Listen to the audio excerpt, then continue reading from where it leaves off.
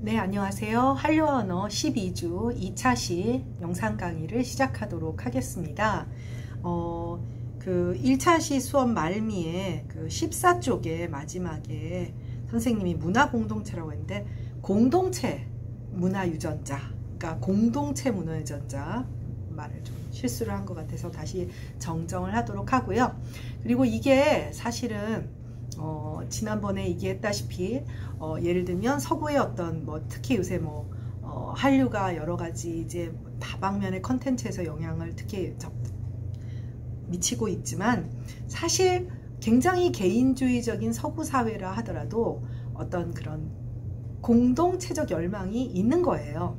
그러다 보니 이제 예를 들면 K-팝 밴드들의 다양한 우리가 콘텐츠를 통해서 BTS뿐 아니라 막 친구들끼리 사이좋게 지내고 이런 것들을 내가 못하니까 그런 데 대한 사실 실제의 상황에서 내 삶 속에서 그런 어떤 충족되는 공동체적 삶이 이루어지면 다행이지만 그렇지 않은 부분이 많다 보니까 이제 매력을 느끼게 되는 것인데 드라마에서는 더더욱 그런 속성들이 많이 보이게 되죠. 그래서 이런 어떤 K컬처 시대에 핵심적으로 부각해야 할 최우선 가치는 공동체 문화유전자다. 이제 문화유전자라는 얘기를 굉장히 많이 하는데 비유적 표현이고요. 이제 기존의 지금 초기 한류 컨텐츠 K드라마에서는 가족이라든지 조직이라든지 이런 것들이 중요하게 매력적인 요소로 부각되었다는 얘기인 것 같습니다. 네, 15쪽으로 가도록 하겠습니다. 이 논문에서 4가지 드라마를 소개했었는데 지금 이제 초기 한류의 3대장이라고 해서 사랑이 뭐길래, 겨울연가, 그리고 대장금을 소개했고 이제 마지막 한 편의 드라마 별에서 온 그대, 별그대라고 하는 그런 드라마입니다. 시기적으로도 물론 조금 뒤처진 나중에 나온 드라마이기도 하지만 특히 중국에서 사실 이제 막 큰 드라마들이 선풍적인 인기를 끈 다음에 좀 이제 소소하게 좀 뭐랄까요 이렇게 한국에서도 그렇죠. 어떤 드라마라고 해서 어떤 주인공이나 어떤 작가의 것이라고 해서 계속 히트를 칠 수는 없다 보니까 소소하게 인기를 끄는 부분은 있었지만 그러다가 선풍적인 인기를 끈 드라마가 이제 별에서 온 그대입니다. 그러니까 여러분들이 지금 2000년대 중반까지만 하더라도 한류가 확산되었던 주요한 그 국가들이 중국이라든지 일본이라든지 동남아시아라든지 이제 서남아시아는 아랍권, 주로 아시아권이라는 것을 확인을 할 수가 있죠. 네, 이 드라마는 아마 여러분들도 본 친구들이 많을 것 같아요. 이제 보다시피 한국에서는 한 20% 정도의 시청률, 근데 사실 대박 드라마는 아니었다라고 이렇게 이제 그 논문에서는 얘기를 했지만 사실 이 시기부터 드라마 시청률이 다양한 컨텐츠를 통해서 이제 재방을 보고 이런 상황이 되면서 드라마 시청률이 그렇게 높게 나오지 않는 그런 시점이기는 했어요. 물론 요즘도 30%가 넘는 드라마들이 나오는 상황이다 보니 아주 막 대박이다. 사실 선생님도 나중에 봤거든요. 나중에 보는 사람은 어떻게 되느냐? 이제 뒤에 거 봤다가 앞에 거 봤다가 이렇게 그것도 나름 재밌어요. 근데 중국에서는 첫 방향에서 아주 중국 사람들이 열광을 했습니다. 소위 중국의 대표적 영상 스트리밍 사이트인 iQIY와 PPS에서 클릭수가 1000만 회를 넘었다. 이제 이 무렵부터 이제 여러 가지 우리나라에도 유튜브라든지 이런 어떤 동영상 이제 뭐랄까요 사이트들이 큰 인기를 끌기 시작을 했죠. 그래서 이제 중국을 통해서 더욱더 그 주인공 전지현이 입은 옷에 대한 소비 욕구라든지 이런 것들이 이제 함께 나오기 시작을 했어요. 16쪽으로 가도록 하겠습니다. 그래서 별에서 온 그대는 여러분들이 다 아는 줄거리일 것이고, 네. 김은숙 극본, 네, 김은희, 김은숙 유명한 작가들인데 아주 스타일은 다르고, 김은희는 왜 시그널 하신 분이고, 또 그런데 형제 같죠, 이름이 또. 그래서 이제 유명한 스타 작가들입니다. 그래서 이 드라마는 사실은 이제 대장금 이후에는 좀 침체기에 들었던 한류 드라마였는데 한류 드라마 시장에 이제 붐을 일으켰고 2006년 대비 3분의 1로 감소하고 이제 그 다음에 다시 또 중국의 젊은 층들이 영미문화권의 드라마를 영드나 미드나 우리가 미드라는 말 많이 들어봤잖아요. 그러다가 상속자들 그 다음에 이제 하다가 이제 여기서 크게 터지게 된 거죠. 이 이제 여기서 이제 문제가 생기는 것이 뭐냐면, 과거에는 드라마를 이제 방송 송출 방식으로 이제 드라마를 수출을 했어요. 근데 이제 그렇게 안 되고 인터넷 유통 방식이라고 하는 컨텐츠의 유통 방식이 이제 달라지기 시작을 합니다.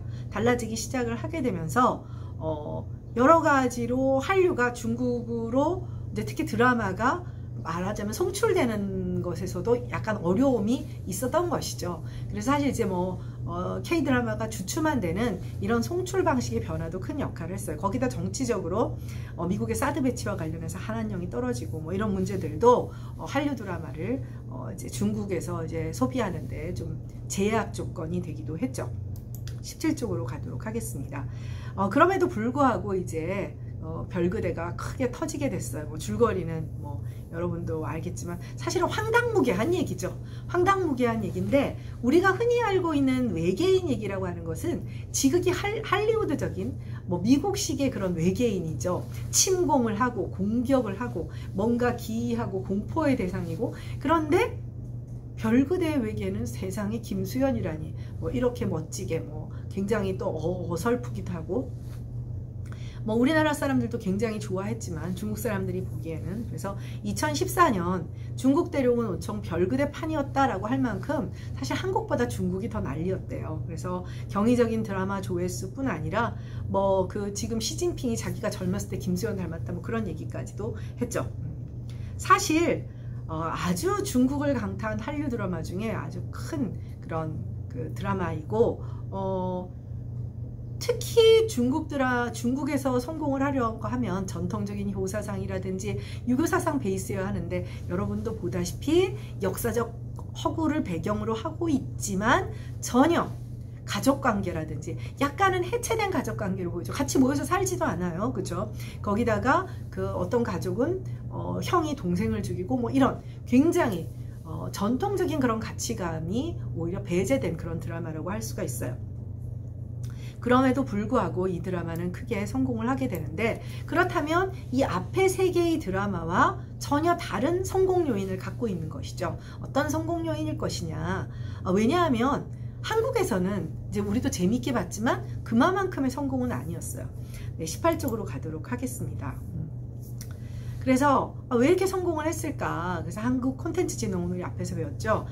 중국 사무소에서 간행한 보고서가 있는데, 그 보고서에 따르면 기본적인 건 뭐 인류 공통의 매력적인 그런 요소죠. 선남선녀의 사랑 얘기를 틀로 하고 있지만 유치한 그런 심파적인 요소가 좀 빠졌죠. 뭐 가을동화식의 눈물바다도 아니고, 가을동화도 중국에서 성공을 했어요. 성공을 했지만 이제 그 이전에 성공이 워낙 컸기 때문에, 그 다음에 대장금처럼 아주 장편도 아니고, 그러면서 몽환적이고 시대 초월적이고, 그러면서 아주 도시 배경적인, 도시적인, 그리고 한국의 세련미와, 그러니까 중국이 동경하는 어떤 그런, 중국인이 동경하는 어떤 삶들, 거기에 나오는 뭐 집이라든지 막 이런 것들이 굉장히 이제 세련되고, 이 무렵만 해도 한국은 이제 뭐 IMF를 거치면서 더욱더 한 단계의 경제적 성장을 하게 됐죠.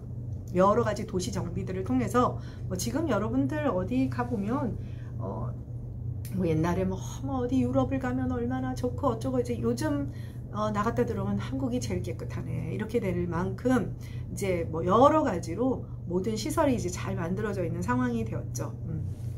네, 그래서 별그대의 성공 요인은 한국의 서사문화 전통 속에 존재하는 그 캐릭터들도 또 찾을 수가 있어요. 그래서 뭐 이거는 글쎄요, 뭐 선생님이 약간 동의하진 않는데, 천송이는 춘향이고 도민주는 이몽룡이다. 뭐 그렇게 볼 수 있겠지만, 뭐 기본적으로 모든 서사 구조의 뭐 남녀 주인공들은 뭐 다 이런 요소가, 그러면 뭐 천송이는 춘향이가 되려면 뭐 수청을 들어라 하는 대상이 있어야 되는데 그렇지는 않거든요. 네, 그래서 뭐 이렇게 얘기를 하는 사람들 수 있어요. 왜냐하면 뭐 논문을 쓰려고 하다 보면.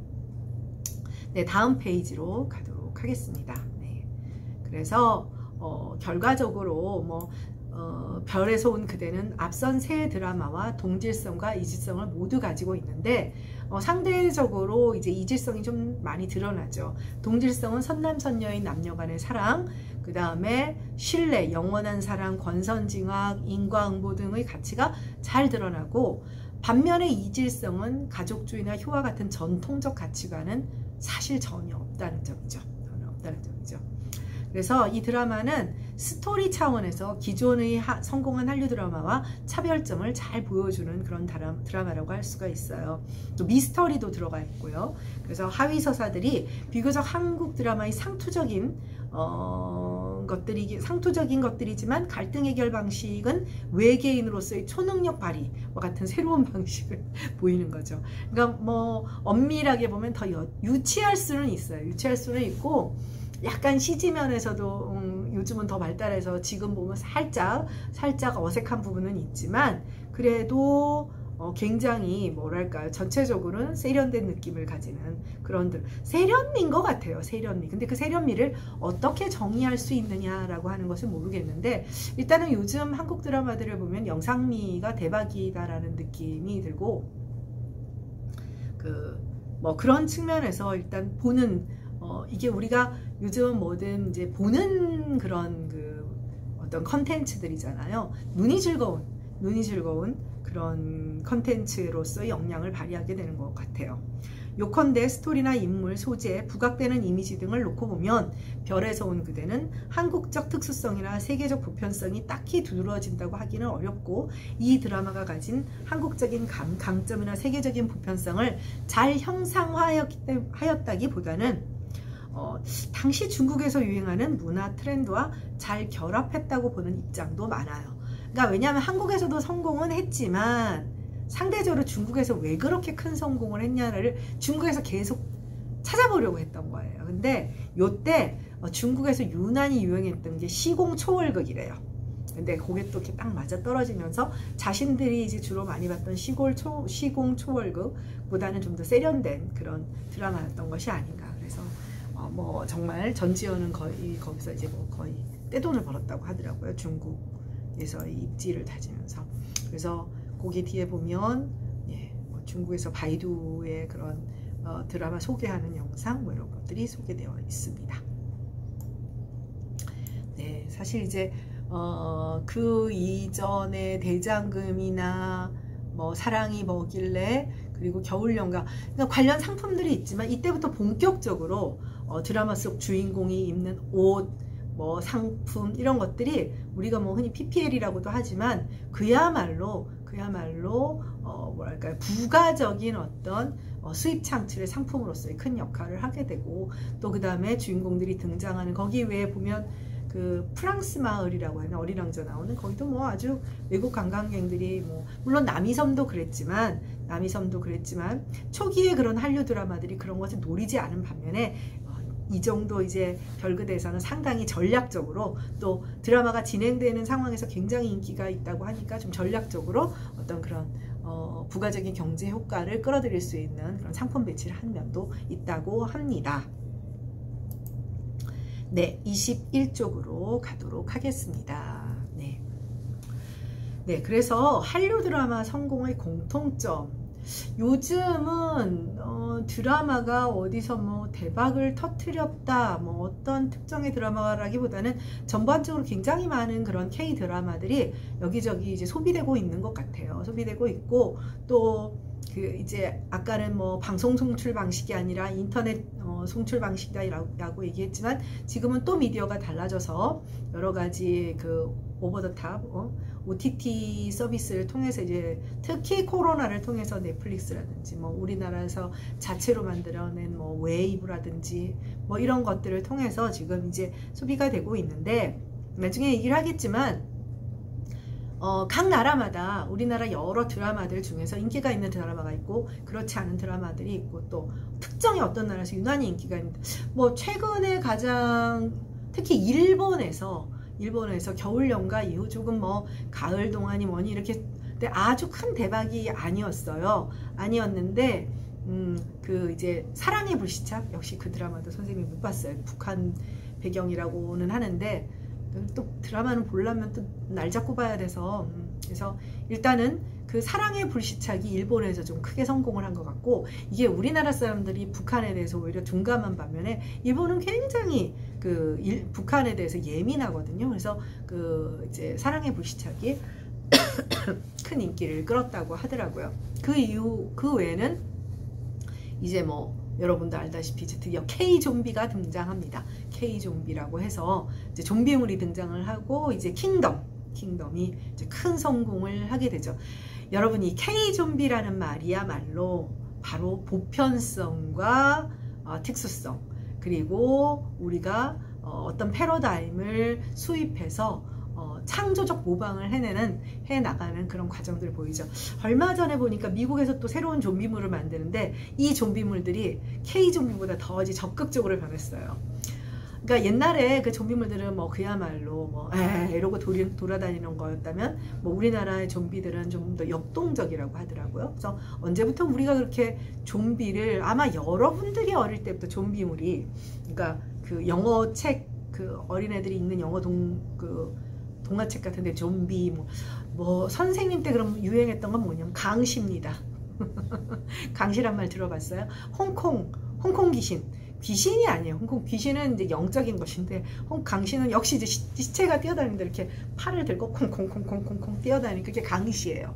강시인데 이제 우리 때 이제 홍콩에 어떤 그런 그 아시아를 제패하는 홍콩 문화가 있었기 때문에 영향을 받았다면 어느 순간 갑자기 한국 사회는 좀비 없으면 해결이 안 되는, 지금도 최근에 어디 돌리다 보니까 뭐 또 좀비 드라마 나오는 것 같은데, 이 K-좀비라는 말이야말로 우리가 어떤 문화 콘텐츠를 만들 때 보편성과 특수성이라고 하는 것을 잘 살리는 그런 문제인 것 같아요.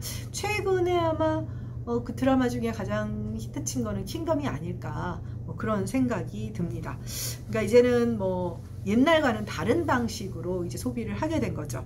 네, 일단 이 논문에서는 초기 이런 뭐 사실 초기까지는 아니죠. 이렇게 2016년, 17년 이러면서 한류가 주춤하거든요. 한류가 주춤하다가, 주춤하는 가장 큰 이유가 드라마로 대박을 터트리는 게 없었어요. 그리고는 약간 케이팝들이 이제 어떤 마니아층을 중심으로 이렇게 여러 다양한 그룹들의 노래들이 소비가 되다가 이제 2017년 이제 BTS가 빌보드를 가고 이렇게 막 하면서 이제 케이팝이 다시 이제 크게 터지고, 그러면서 이제 요새는 이제 영화가 뭐 박찬욱이라든지 그 다음에 이제 봉준호라든지 작가주의 작가들의 등장을 통해서 새로운 영역이 이제 문화 컨텐츠 중에 이제 나오게 된 것이죠. 왜 요새 최근에 여러분들도 레포트를 썼지만 이제 웹툰 얘기가, 웹툰과 웹소설에 기반한 웹툰, 뭐 이런 것들이 슬슬 이제 일본의 망가를 추월하고 있다는 게, 왜냐하면 일본 사람들이 그 종이 문화에 대한 집착이 있어요. 지금도 여러분들 도장 찍어요. 그러니 행정 처리가 얼마나 느리겠어요. 전산 처리라든지 하여튼 이 스마트폰과 관련된 이런 거는 한국 사람들이 무지하게 좋아하는 것 같고, 거기에는 세종대왕님께 감사드려야 할 부분이 있습니다. 예, 우리가 너무나 여러 가지 처리하기에 좋은 문자를 갖고 있어서 그러다 보니 이제 일반 백성들도 어마무시한 정보를 같이 공유하게 되다 보니 또 어떤 그 민주주의의 그런 어떤 발전적 진보에 뭐 여러 가지 갈등은 있지만, 선생님이 보기에는 진보하고 있는 방향으로, 진보라 그러면 안 돼, 발전하고 있는, 뭔가 진화하고 있는 방향으로 가고 있는 것 같습니다. 요새는 뭐 보수니 진보니 말하는 것도 조심스러워서, 어쨌든 다시 얘기로 돌아와서 지금 여기서 말하는 것은 뭐냐면 초기 한류들, 그러니까 2000년대 중반 2010년대 지금 별그대까지의 한류 드라마 성공의 공통점을, 사실은 선생님은 이 논문에서 차이점을 부각시키기 위해서 이 필자가 별그대를 넣은 거예요. 넣었지만 조금 분리를 해야 되는 거 아닌가라는 생각은 듭니다. 뭐 이거는 저자의 마음이니까. 한 지역 국가의 문화상품이 해외 시장에 성공하기 위한 이상적 모델은 지역의 특수성과 세계적 보편성을 잘 겸비하는 것이다. 잘 버무려야 된다는 것이죠. 이를 위해서는 기본적으로는 그 스토리텔링, 그 어떤 이야기 구조의 단단함은 필수예요. 그거는 뭐 얘기할 필요가 없는 것이고요. 뭐 이거는 어떤 서사라고 하는, 우리가 흔히 그 어떤 문학적 장르에서 서사를 얘기할 때 서사가 완전하지 않으면 뭐 나머지 다 뭐 영상미가 아름다운 뭐 무슨 소용이 있겠어요. 그리고 거기에 더하여 뛰어난 미모와 연기력을 가진 배우, 이것도 아주 중요한 요소예요. 사실은 우리 K-팝 아이돌들이나 또 배우들이나 이렇게 보는 거잖아요. 네, 보는 거기 때문에 아무리 뛰어난 역량을 가지고 있다 하더라도 어디서 봤더라? 선생님도 무슨 논문에서 봤는데 요새 하도 BTS 논문은 너무 많습니다. 그걸 논문으로 그렇게 쓰는 분들이 그렇게 많은지 중세 국어를 그렇게 많이 써주면 더 발전할 것 같긴 한데 어쨌든 거기에 그 작년에 이제 학생들 보고서 중에 하나였는데 그런 얘기가 있어요. BTS의 그 비율에서 춤을 출 때는 다리 라인이 되게 예뻐야 되는데 뭐 걔네들이 다리 라인이 예뻐서 춤 동작이 더 아름답고 더 돋보여서 그렇다. 뭐 이런 얘기까지도 있다라고 합니다. 그러니까 그만큼 겉으로 드러나는 어떤 외적인 아름다움도 중요하고 근데 뭐 예쁘기만 하면 뭐하겠어요. 또 연기도 잘한다라는 것이죠. 그래서 그 다음에 섬세한 디테일, 감미로운 음악, 수려한 영상, OST의 역할도 크죠. 여러분들 한국 OST는 일반 우리가 팝적이다라고 얘기하는 거랑 굉장히 달라요. 굉장히 달라요. 그렇다고 해서 뽕필이 넘치는 그런 것도 아니고요. 그러니까 어떤 OST라고 생각되는 것들이 있어요. 여러분들도 다 느끼는 그런 것들도 아주 중요하죠. 그래서 이거는 근데 중요한 건 뭐냐, 우리가 앞서 어떤 배우, 대배우의 스타 탄생을 위해서 여러 가지 뭐 스타 조작설이니 뭐 이런 얘기들 나왔잖아요. 그래서 뭐 스타를 생산한다 뭐 이런 얘기까지 나왔는데 그때 뭐라 그랬어요? 여러 가지 상품으로서의 스타가 성공할 수 있는 요건을 다 갖춰도 그 다음은 소비자가 어떻게 선택하느냐에 따라서 달라진다는 거야. 근데 그 소비자의 선택은 대개의 경우 이런 성공 요건을 갖춘 스타의 요건을 만들면 스타가 탄생할 수 있지만 그렇다고 해서 그게 정답은 아니라는 거야. 그래서 여기서 뭐라고 하냐면 이건 어디까지나 필요 조건이지 충분 조건은 되지 않는다는 거야. 그런 조건을 다 갖추었음에도 불구하고 실패하는 경우도 있어요. 그래서 나중에 이제 보면 이거 괜찮은데 왜 이렇게 성공하지 못했을까? 뭐 이런 경우들도 있죠. 네. 네. 그 다음에 이제 그 두 번째 단락을 보면 이 세상에서 우리가 살펴봤던 4편의 한류 드라마의 공통점은 이 필자가 생각하기에는 양립하기 힘든 것들이 적절한 조화라고 봤어요. 그러니까 사랑이 뭐길래는 현대사회에서 비판받는 가부장제를 부각시키면서 남성과 여성의 공존을 모색해. 사실 말도 안 되는 얘기거든요. 절대로 이 두 집안은 결혼을 할 수 없고 사실 엄밀한 의미에서 이렇게 전혀 다른 두 가정의 남녀가 결혼해서 행복하기도 어렵고 그 드라마 속에서처럼 화해가 만들어지기도 어렵고 실제로는 서로 달라서 결혼하기 힘들지도 몰라요. 공유하는 가치관이 다르기 때문에 또 이런 이율배반, 그럼에도 불구하고 이런 이율배반적 상황을 코믹하게 그려내면서 화목한 가정으로 이제 행복한 해피엔딩을 맞는다. 어떻게 보면 불가능한 영원한 사랑, 첫사랑의 성공, 영원한 사랑의 첫사랑이 죽음과 함께하는 사랑, 이게 불가능하기 때문에 인간이 그런 데 대한 열망이 있듯이 그런 것이 아닐까 이렇게 얘기를 하고 있는 것이죠. 그 다음에 겨울연가 같은 경우도 남자 주인공 자체가 어울리지 않는 자질, 속성의 결합체래요.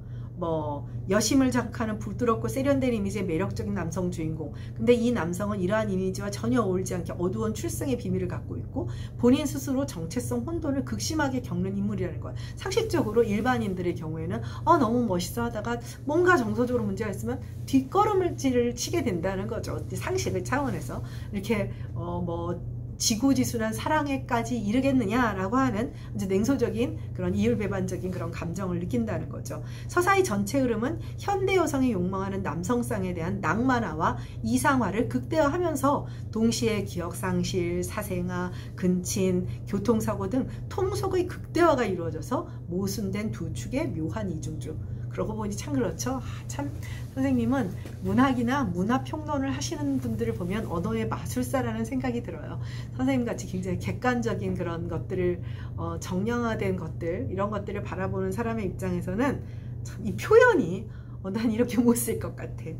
네, 아마 국문학생들도 있고 여러분들 또 한류와 언어를 듣는 친구들 중에는 이런 어떤 뭐랄까요, 어떤 비평의 묘미 같은 데 관심 있는 친구들이 있을 텐데 어쨌든 저자는 필자는 이렇게 멋진 표현을 했습니다. 그리고 대장금은 역사적 실제 배경을 활용하고 실록에 언급된 인물을 등장시키면서 전통적 방식의 허구화 장치, 이제 영웅서사라고 했죠. 활용을 합니다. 이 드라마의 주된 공간은 남성 세계의 최절정이라는 왕의 공간이고 한 국가의 모든 공적 영향의 권력 출처의 궁인데 거기서 누가 주인공? 거기서 여자가 주인공. 그런데 이 여성 중심의 영웅서사는 기존 역사 드라마라는 강력한 프레임 속에서 아주 모순적인 시너지를 만들어낸 거죠. 그러고 보니 그러네요. 네, 그러고 보니 그런 거죠. 네, 23쪽. 자, 그럼 마지막으로 이 필자가 보기에 별그대는 어떠냐? 별그대는 일단 외계인과 인간의 만남이라는 것 자체가 말도 안 되는 모순의 상충이죠. 존재하지 않는 그런 실증할 수 없는 존재와의 사랑이라고 하는 것.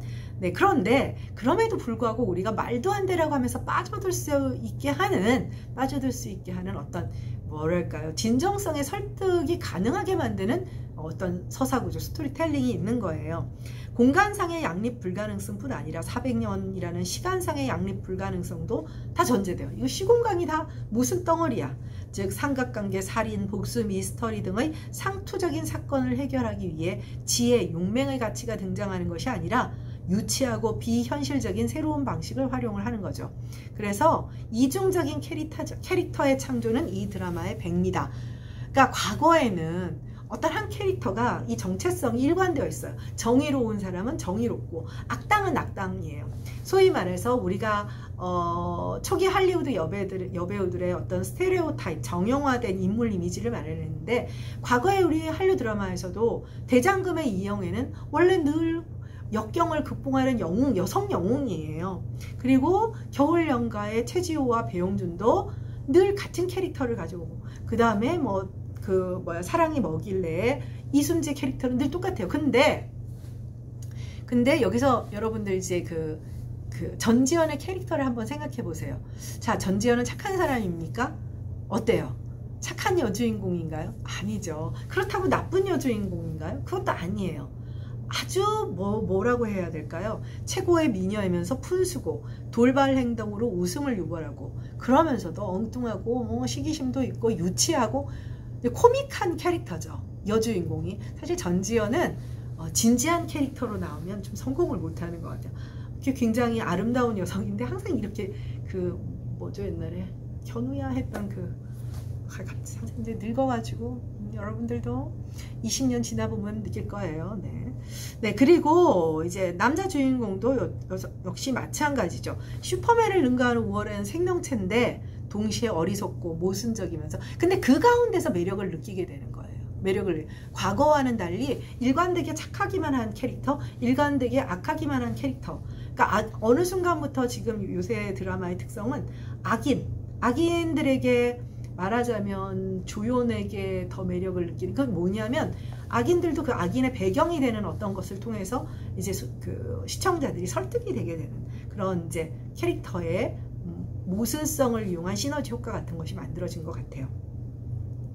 그리고 이제 판타지 요소 같은 거 그 이후로 우리나라 드라마에서는 여러 가지 판타지 요소들이 굉장히 많이 활용되고 스릴러물 같은 경우에도 단순 수사물을 넘어서 김은희 작가의 선생님이 아주 제일 정말 재밌게 봤던 것이 이제 시그널인데 이거는 단순한 어떤 수사 추리물이 아니죠. 거기에는 시공을 초월하라고 하는 타임